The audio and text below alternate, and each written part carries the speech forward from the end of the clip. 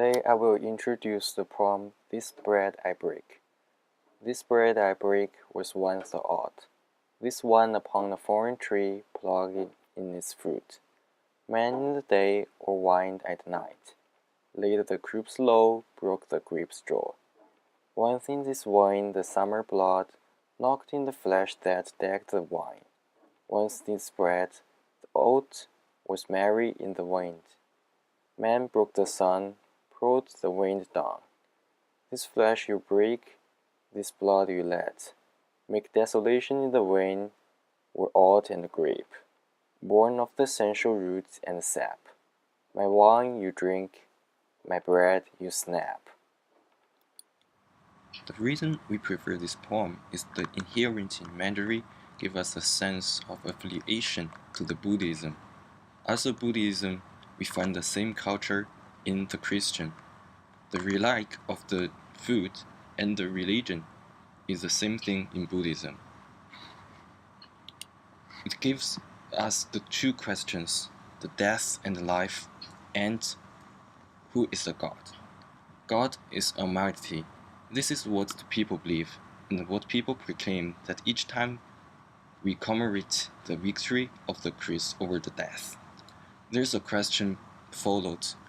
How can we see the sacramental expression of the rejection of the grace of God of man, who in this way damns himself? So this answer is simple and unique.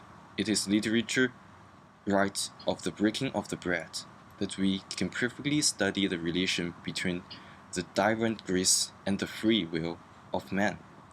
This right of the fraction was found in all the arguments in the institution of the Eucharist. This right organized from a Jewish custom. It said the Jewish did not slice their bread, they broke it, following this custom or Lord at the Last Supper, at the same time as he considered the bread, he broke it, in order to distribute among all his apostles. He commanded them to also break it, in remembrance of himself. From the Dom Vandoler, The Holy Mass, page 259. So, before this, we only know the things about the Christian. The food in the Christian was the last dinner.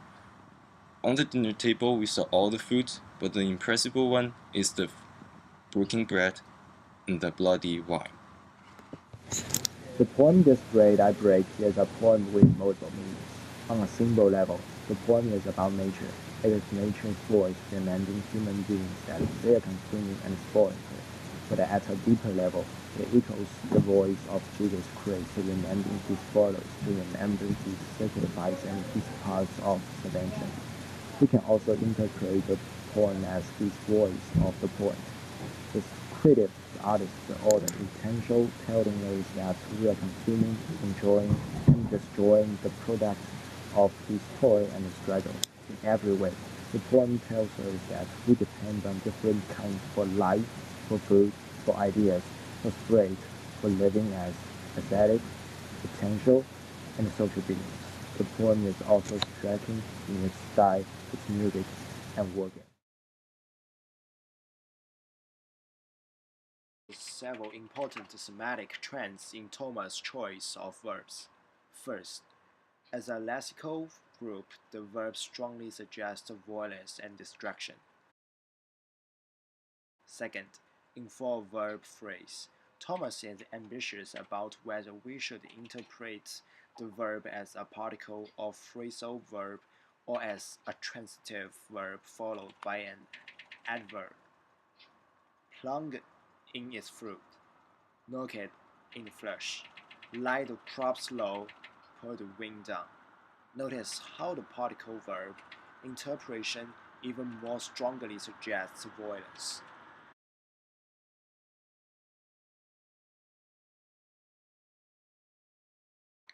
The nouns in the poem.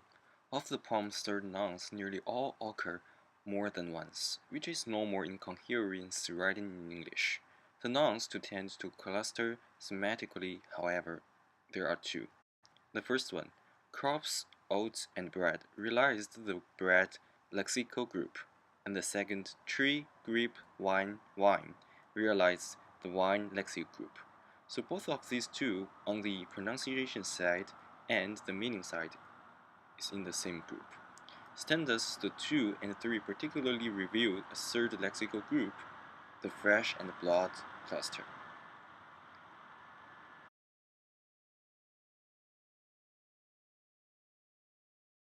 By the analysis of verse, we have reason to suspect that Thomas wants us to know features with the sum of creation and destruction generally, and with the biblical story of the Last Supper especially, a story about the creation and destruction of one individual.